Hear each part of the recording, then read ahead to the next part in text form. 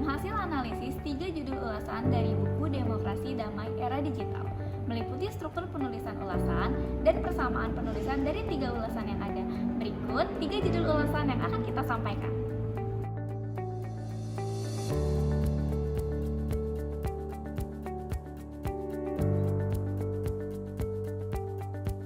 Yang pertama, digitalisasi demokrasi versus demokrasi digital oleh Made Dwi Anjani.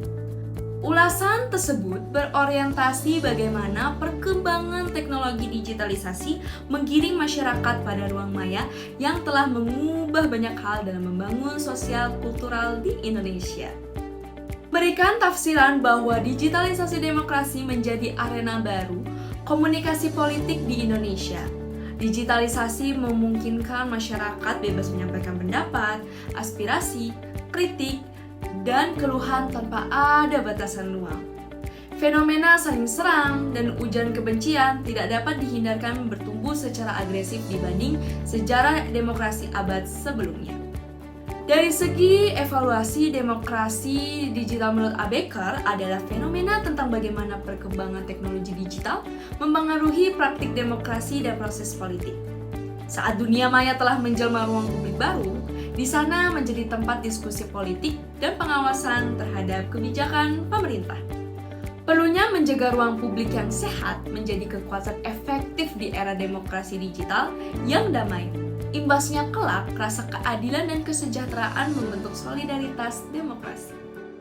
Keberagaman dan dinamika demokrasi Indonesia di era digital oleh Marvin F. Lawrence. Ulasan tersebut berorientasi pada gelombang demokrasi digital menjadi ancaman persebaran hoaks, sara, dan ujaran kebencian menjadi trending topik dan perhatian di media arus utama. Menyampaikan tafsiran, apakah informasi yang beredar di internet bisa dipercaya? Seringnya didominasi oleh hoaks dan ujaran kebencian. Perlu kita perhatikan bahwa politik yang bertumpang pada sara juga menjadi perhatian serius, seperti pemanfaatan isu politik menjelang pemilu dan pilkada tahun 2017. Menyoroti evaluasi pada berita hoaks dan ujaran kebencian memiliki dampak negatif bagi demokrasi.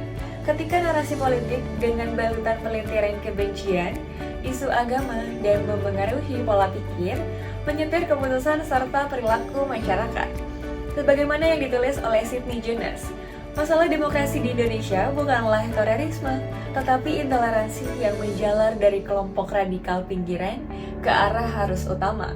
Langkah demokrasi untuk mengatasi ujaran kebencian dan hoaks di Indonesia dengan ketentuan hukum pasal 20 ayat 2, Undang-Undang Nomor 12 Tahun 2005, Undang-Undang Nomor 4 Tahun 2008, Pasal 156 KUHP, masyarakat Indonesia di era digital perlu membangun kesadaran lebih dalam melawan persebaran hoaks dan ujaran kebencian dengan bijak, melakukan cek fakta pada informasi yang beredar.